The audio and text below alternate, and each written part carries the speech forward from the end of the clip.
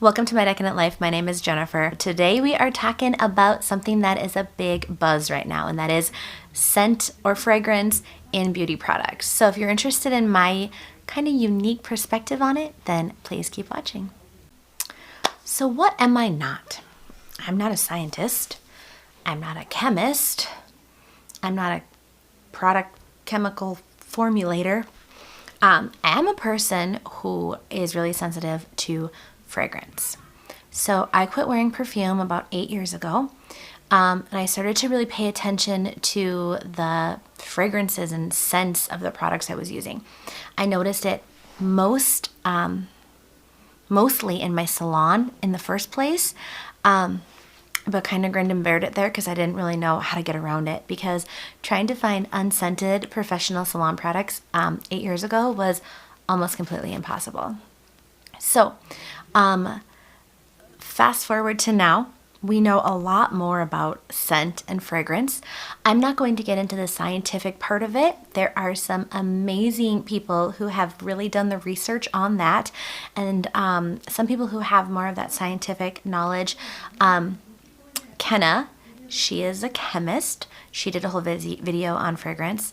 Hyram, who is a skin specialist, and I just love both of them. He did a whole video on fragrance where he gets into a little bit more about like formulating product. And also the YouTuber Elle, Leary, Artistry, she did a really cool series where she actually like asked doctors and I think maybe even some scientists, and then they gave like really legit explanations on why either fragrance is bad in products or why companies maybe are choosing to use fragrance. And some of those reasons are for like masking, because some of the ingredients being used in those products that are good ingredients don't smell good. But she kind of broke down what like some of those doctors thought about it. And so check out those videos. I'm not really going to touch base on a lot of that, but I wanted to talk a little bit about what scent means to me as a hairdresser and some of the experiences I've had when we're talking about scent, and why I think companies choose to use scent or fragrance in their products.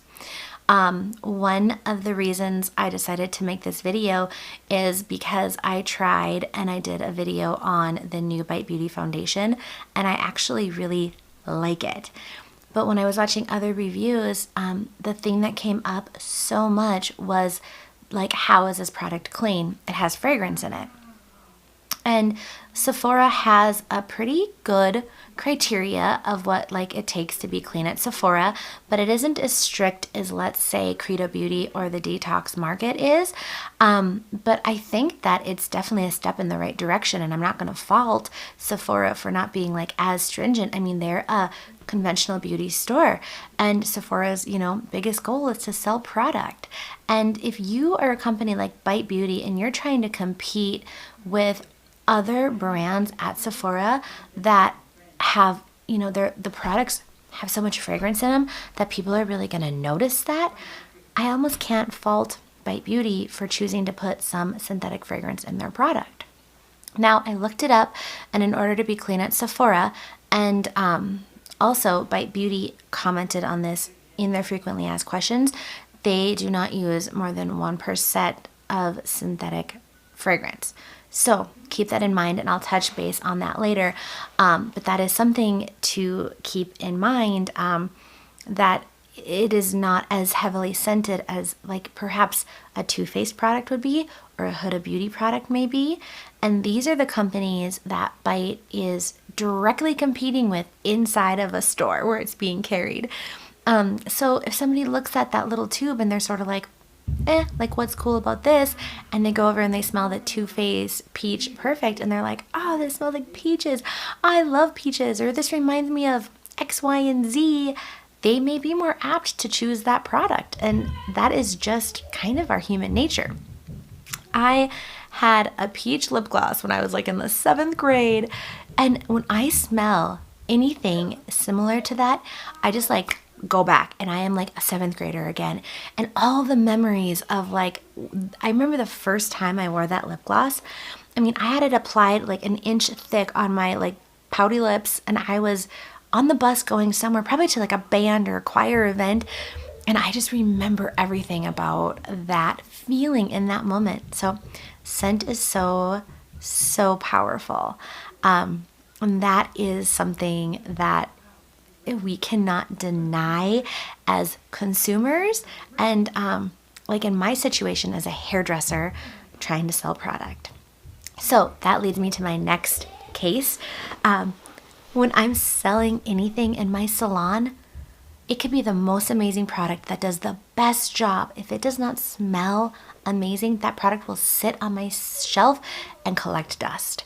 No matter how good of a saleswoman I truly am, no matter how great somebody's hair looked because of that product, they will ask me, what was that product that smelled good? Most of the time it's going to be the leave-in conditioner or the shampoo and conditioner. And I, go ahead and put this like amazing mousse in their hair, and it's going to give them a ton of volume and a ton of hold and a lot of heat protectant, and it doesn't smell good. They're not interested in that product.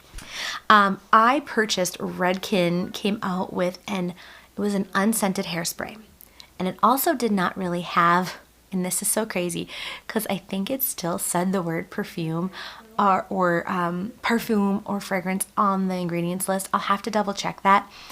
But this hairspray literally just smelled like pure alcohol. Like when you sprayed it out, it just smelled like alcohol. It didn't smell good, but then it went away. I could not sell a bottle of that hairspray. And when I used it on people, they were all like, ugh, what is that? Like, it took their breath away. I could spray hairspray that was like, smelled like tulips, and they'd be like, oh, what is that amazing smell? I need that hairspray. And you're like, do you really though? Because the Redken hairspray was actually a pretty good hairspray, but nobody was interested in that hairspray at all. So as a hairdresser, when I was cleaning up the products I was carrying in my salon and I switched to some more natural lines, the two brands I carry now have essential oils or botanical extracts that scent them.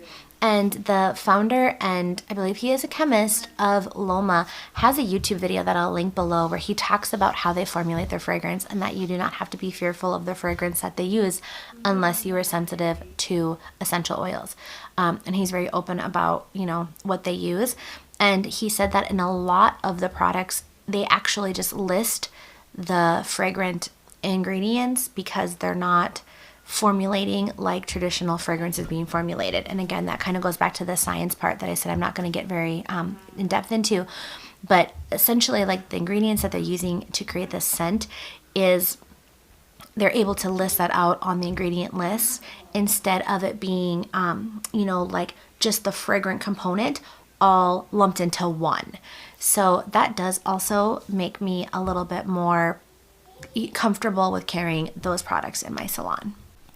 So why do companies even use fragrance in their products in the first place? Scent marketing. So I did some research on this because I was like, well, what exactly is it that makes humans so drawn to scent? And I'll read it to you a little bit, but essentially there is like a place in our brain that links scent to memories and essentially to emotion or like a good feeling or a bad feeling. We've all probably eaten something or smelled something and then gotten like an upset stomach around that same time. And then like a month later, if you smell it, you're like, whoa, okay. Like the first time you probably drank too much alcohol. What was it? Aftershock. It was like minty. Oh, and this blue. Oh, it was so horrible. And I drank and drank and drank and drank and I got so sick. And I still struggle with mint sometimes. Like the right kind of mint is okay, but if it is that like artificial kind of mint, it like takes me back to my first real hangover. So scent marketing, I'm going to read this, and this comes from fragrancex.com. This is a blog on scent marketing, and this is just a little blurb that comes up when I Google it. Also known as aroma marketing, olfactory marketing, or ambient scent marketing is the practice of using a pleasant aroma to enhance a company's brand image, improve customer experience, and increase sales. So when I dove into this a little bit more, it is like how Cinnabon is constantly baking Cinnabons. So you are and they're baking them like up front, and they put them out up front. And so you get anywhere near that and you're like, I need one of those. Like, you didn't even think you wanted one, but now you can't not eat one. I had an educator at hair school tell me that when she was trying to sell her house, she baked like 5 cookies in her oven every time she had somebody come over to her house for an open house, or just to even just view her house, because she wanted her house to feel cozy and warm and like fresh baked cookies. Now, isn't that clever? People also will say that they'll light a candle that kind of does the same thing, but she actually baked cookies every time somebody came to her house, and I think that is just so genius. So a little bit more info on scent marketing, and this comes from the same site. They say that customers associate products and brands with the smell, and they smell it later and it reminds them. So like you might be like running out of a product, and then you go into your husband's shower and you use his shampoo and conditioner and you're like, oh, I miss this. Then you're going to be like, oh, I'm going to buy this one instead, right? Because you liked the smell of that better. It maybe didn't make your hair feel any better. You just enjoyed the experience of the scent while you were using it, and it like triggers that remembering in your brain, and you're like, oh yeah, I really like this smell. And that makes you ultimately want to purchase that product, to have that experience again and again. So the next article I found is from psychologytoday.com, and this is a blog post again. So absolutely check the work, and they definitely seemed like reputable sites. It says about the relation of scent and emotion. The answer is likely due to the brain anatomy. Incoming smells are first perceived by the olfactory bulb, so we heard about that before, which starts inside the nose and runs along the bottom of the brain. The olfactory bulb has direct connection to 2 brain areas that are strongly impacted in emotion and memory. So that is how that works and why that works. We just need to be smart enough to know that that is what is happening to us. So as a consumer, when we are choosing a product, we're not basing it solely on how amazing it smells. We can absolutely incorporate some good smelling things, but it doesn't have to be in every layer of our skincare or in every layer of our hair care. We could light a candle when we're going to do, that kind of like nighttime routine, and we can have the scent experience from like a candle that has safe fragrance in it that doesn't irritate us. We don't need to layer and layer and layer. Like if I use 5 different things, which isn't crazy, if I use a cleanser, a toner, or maybe a mist, a serum, an eye cream, and a night cream, or maybe a facial oil, that's like 5 or 6 products that could all be scented differently. And a lot of the products I use do contain fragrant oils.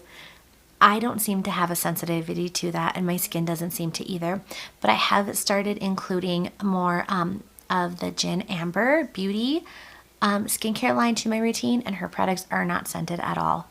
So that is helping me cut down on any of those fragrances, even though they're not like the synthetic fragrances, they're a natural fragrance. I'm still wanting to sort of cut down on how much fragrance I'm just layering on my skin in an evening routine. So I won't touch on this article all that much, but there is an article I found called How to Properly Use Scent to Trigger Consumer Behavior by Air Scent on August 12th, 2017. So when I was doing some of these Googles, companies that essentially will help you brand your product with a scent, like that was what was coming out. It wasn't the information that I was necessarily looking for. It was all about how to properly brand your product and how they can brand your product for you with scent. And isn't that interesting? Is that even a business you knew existed? Because there was a bunch of them. So I thought that was really interesting as well. So back to the Bite Beauty Foundation. When I open up and smell this, it smells really subtle to me. Again, it's like it doesn't linger on my skin. Once I put it on, I don't even smell it. And it just is, it's a light fragrance.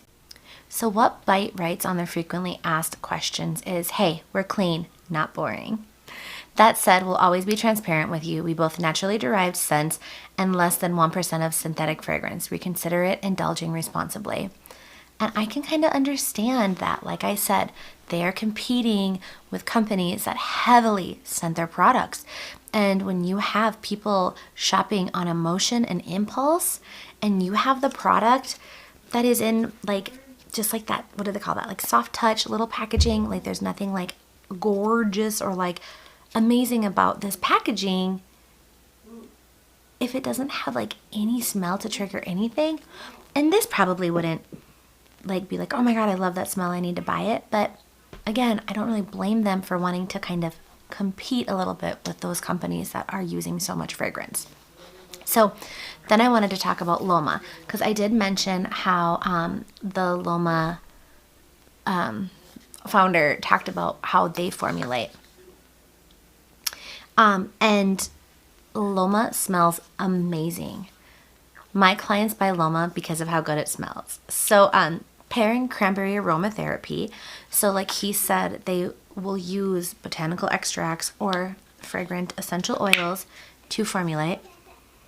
And it smells good. It smells like pear and cranberry. And I would say that like it is helping sell the products in my salon. I'm able to warn my customers if they're sensitive. I'm like, maybe this isn't the right product for you. There is one other line called like No Nothing, where there is no fragrance in it at all. And the line is cute looking, but I did purchase, I think, a dry shampoo and showed it to a bunch of people, but it doesn't have a smell. It just, again, smells kind of like that Redken hairspray I was talking about, how it just smells like, kind of like alcohol. And nobody wanted that product. I brought it home and ended up using it up. And I thought it worked fine, but I haven't even repurchased it. And when I was selling the Amika Perk Up Dry Shampoo, people loved the way it smelled, and that is why they bought it. And the Loma Dry Shampoo smells good too. In fact, so does the Numa Dry Shampoo. And those ones sell pretty well because they smell good. So my third product I wanted to talk about, this is the Seriously Fab Zinc It Over, and this is the unscented, but this has a ton of smell to it because of all the ingredients in it. It has like a very like kind of clay, you know, it's like clay. It smells sort of like, well, zinc is a mineral. Zinc is a mineral. It's like, you know, something from the ground. It kind of just smells clean, but it smells. So I commented on this the other day, and one of the gals at the salon asked me about it. So I grabbed it, and she, you know, of course was like smelling them, because I do have one that is tropical scented. And she was like, oh, it smells like sunscreen. Like, she disliked what the unscented one smelled like because they didn't use any masking fragrance in it. So that's a hard thing, because this is a really cool product. But again, nobody's gonna like use this and get that sensory feeling that makes them want to purchase and use this product. I love layering this under my makeup, and you can also use this over your makeup. So this is a super cool product. It's very valuable. And I use it like shoulders, top of hands, chest, face, all over. And they have a couple that have scent. They have a floral one, they have a tropical one, and they have like a basil one. And I do like the basil one, but I usually choose this one for myself because I would just prefer there to be no fragrance. But truth be told, no added fragrance doesn't necessarily mean it has no scent. It smells like the ingredients. So just one more tidbit as far as my case on why fragrance is important to us. I'm almost twice as old as my little brother, right around this time. And when he was little, I was away at college. He was probably 3, old enough to explain himself. And he found one of my Amber Romance shimmer puffs that smelled like that amber. Who remembers the Amber Romance from Victoria's Secret? And my mom found him with it, and she was like, what are you doing? And he was like, it smells like Jennifer. So that is the thing about fragrance. I mean, that was like a huge emotion for him as a little boy that he couldn't even explain, but it felt like his big sister who, you know, didn't live at home anymore. So that is why companies use fragrance. That is why companies are trying to come up with better alternatives. And I just think we need to give brands a little bit of grace every now and then, because they are putting a lot of money and investment on the line, and they need their products to sell. Unfortunately, for people who are truly sensitive, it may be a deal breaker for them. So I totally understand that if you're one of those people that it's frustrating to you, because that is how I feel in the salon, because hairspray and dry shampoo and all those highly scented things are really hard on me. But I understand why brands don't want to make completely unscented products, because the consumers don't want them. The more we educate people on why fragrance isn't really good for us, I think the more ground and impact we will cover and make, and that is worth a lot, but I don't think we're really there yet. So I do think it's okay to like reach out to companies and say like, what is your fragrance? You know, can you tell me like what you put in it? I have an allergy. I can't use this. I'm sensitive to that. Is your product safe for me? And make sure that they know that we don't really want them to be using fragrance, but also to give them the grace to understand that like when push comes to shove, they're just really trying to sell a product. Please leave me a comment on what your thought is on this. I think we can all agree that fragrance isn't good for us, but do you have a favorite product that has no fragrance in it that you swear that you just love? So if you haven't already, please hit subscribe, and I will see you in the next video. Thanks, everybody. Bye-bye.